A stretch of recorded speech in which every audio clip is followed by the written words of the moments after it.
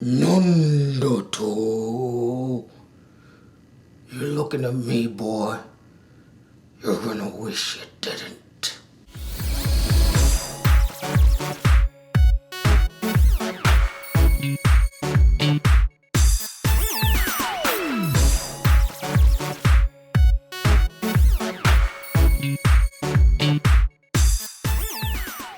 Hey guys, the Black Critic Guy here to give you the final review for the month of February, and that is My Bride is a Mermaid. So the story of My Bride is a Mermaid follows a kid by the name of Nagasumi who is drowning in the ocean one day and gets rescued by this beautiful mermaid by the name of Sunseto. And you would think, okay, she saved my life, we're gonna go our separate ways and we're never gonna see each other again. Wrong! What ends up happening is that Nagasumi and his parents get taken and dragged down to the bottom of the ocean to meet up with Sun's parents, who explains to him that due to mermaid law, if a mermaid is spotted in her true form by a human being, that said mermaid has to die now. But of course no parent wants to witness their child being killed, so Sun's dad goes aboard, comes up with the great idea of killing Nagasumi instead of her. But there is a loophole. If Nagasumi were to marry Sun, then he's allowed to know her true form, thus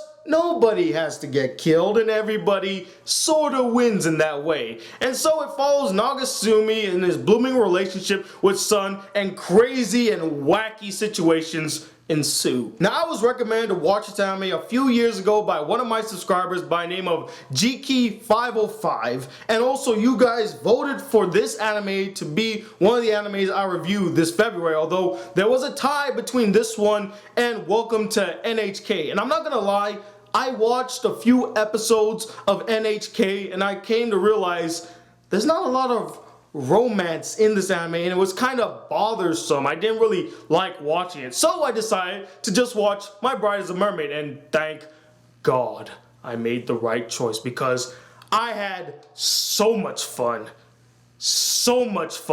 watching this anime. And actually, I have seen the first few episodes of this anime before, back in 2012 with my best friend Patrick. Hopefully you're watching this video, Pat, because I told you to, and we were laughing our asses off. It was so hilarious, and guys, it still is freaking hilarious. It reminded me of Urusei Yatsura. It's almost the same form of comedy, the same sort of wackiness, and the same sort of randomness. And actually, some of the characters are very reminiscent to characters from Urusei Yatsura, which put a huge smile on my face, and I just had so much fun watching this anime. I laughed my ass off so many times. And most of that is attributed to the use of running gags in this anime. I really love seeing running gags in a romantic comedy anime again, because I really haven't seen one since Urusei Yatsura and Baka and Test, and even Baka and Test didn't really use it to its full potential. This anime used it to its full potential. There are so many memorable and hilarious running gags in this anime. Like, you got Sun's little speech about honor among thieves is really honor under the sea, and you see the sakura petals falling while the traditional Japanese music is playing in the background. You got the Masa gag, where every time Masa would appear, you got Nagasumi going, "Oh, Masa, my first kiss." You got Luna's really weird laugh that makes her eyes go all derpy, and she's like, "Ah!" You got Gozabora's angry outburst whenever he sees Nagasumi near his daughter. He just gets into this fit of rage, which made me laugh my ass off. Yeah, they kind of played it too much, but still, I enjoyed seeing it. And kind of tying in with the whole running gags, the animation is solid in this anime. And I love the use of different animation styles to convey a joke or a point. Kind of in the same vein as Minami-K, if you remember my review of that anime. One of the factors that I liked and laughed out loud at is when characters would be simple-faced and then they would be serious. They do that a lot in this anime, and they really use it to the anime's benefit, because it makes me laugh out loud when you see Nagasumi in his sexy, like, "Hey girl" kind of face, or whenever he would make the face whenever Masa's around, like, "Oh, Masa." Always got laughs for me. And they also parody other animation styles that I thought were really cool. I mean, the animation overall is really good. The characters ranging from main to supporting are all memorable, all likable, all interesting, and every one of them entertaining. They all add a bit of flair to the anime that makes it special. Not only did I like most of the characters, but I also like the bonds that these characters shared with other characters. Besides the typical Nagasumi and Sunseto relationship, you had Gozaboru with Masa and Fujishiro. You got Kai's relationship with this character known as Chimp. You got Zenigata with her relationship with the class rep. There are so many likable bonds in this anime. And kind of continuing off the whole bonding discussion, I especially love the bond and chemistry between Nagasumi and Sunseto. I felt like it was genuine. They really clicked. I mean, there was this one episode where they were just in sync and I was just like, wow, I really like their relationship. This is the first anime, excluding Oh My Gods because I've seen it before, that I've seen this year that I actually liked the main couple.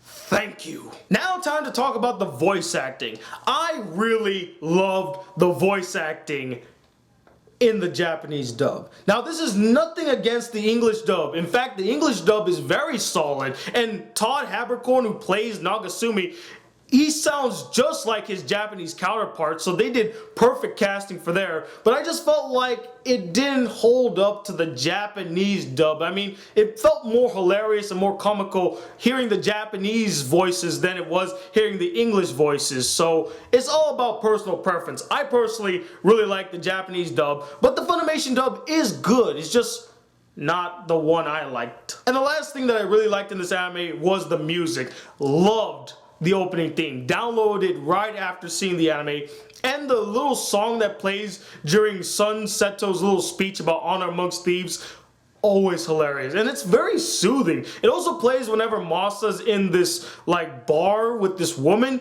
I just love that song. It was calming, chill, and it fit the tone of the anime, honestly. But as much as I really like this anime, I did have a few problems with it. First off, you should already know this when watching this anime, there are a lot of romantic comedy cliches throughout this entire anime, some of which I didn't mind too much, while others had me running up the wall because I was just like, oh really, do we have to go down this road again? And I'm gonna go into more detail about that in my final problem. I felt like some supporting characters in the anime deserved more screen time, more focus, more development, and maybe even an episode dedicated solely to them. I mean, there was this one segment in the anime where they showed Nagasumi's parents when they were younger. I wish they made an entire episode of that because that was really charming and really touching. I would have loved to see more of that. Other characters that I felt like deserved more development and maybe even an episode dedicated to them was Sunseto's mom. I mean, this woman was a badass. She was the only one that could take down Gozaboru and be on his level without being frightened by him. I loved her character. I felt like she definitely deserved her own episode. Another character was Mawari Zenigata. She was freaking awesome. And you would say, oh yeah, she did get some episodes dedicated to her, but it never really felt like her own episode. It felt like she shared it with other characters. I wanted an entire episode where she and Nagasumi would go out on a date or like hang out or something, kind of playing off of the whole love triangle scenario, but you never really got that. Now, as much as I really love the jokes in this anime and many of the running gags, there are some running gags that kind of overstayed their welcome. One of them being this one character named Maki and how she would attack Nagasumi. I got bored with that after the first episode. And then there was that one episode, the infamous episode with the cross-dressing dads. No.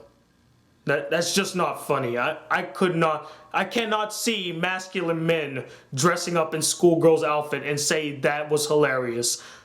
I know. And my biggest problem with this anime, kind of tying back to the first problem that I had with the whole cliche thing, is the cliche, serious, dramatic finale. I hate it when comedic animes, particularly romantic comedy animes, take the last two episodes and make them so damn serious. I mean, it wasn't extremely serious. There were still jokes in it, but I was just like, did we really need to add this whole new character that's gonna add more drama to the scene when we could have had him be a comedic character? I mean, they could have took a comedic route, kind of like in the same vein of Oh My Goddess, to where it's a little serious, but it's mostly funny. And this one is like, oh, so serious, a family, let's go. I'm just sick of that. I don't like that, especially in really hilarious animes, to just pull a 180 like that. Come on. But besides the few problems that I had with this anime, overall, I had a blast watching this anime. It was entertaining throughout. I laughed my ass off so many times. The jokes, most of them were solid. The characters are all fun and entertaining. I enjoyed most of them. I really liked the bond and chemistry between Nagasumi and Sunsetsu, and the music was superb. And that's why I'm gonna give this anime a 4 out of 5 stars. I think it is definitely worth watching, especially fans of romantic comedy animes. But anyway, what did you guys think of this anime? Did you like it a lot, or did you find it boring and cliche and you didn't like any of the jokes? And let me know if you have seen this show. What is your favorite running gag in the show? And if you haven't, let me know what is your favorite running gag in any anime you've seen. Comment below and let me know. And also stay tuned this Friday, February 28th at 10 p.m. Eastern Standard Time. I will be having my next monthly live chat, so stay tuned for that. And until that day comes, guys, hit that subscribe button if you're new to my channel. Welcome to the Black Critic Guy. Like this video if you really enjoyed it. And I'm Tony Watt II, the Black Critic Guy. Till then, peace, YouTube.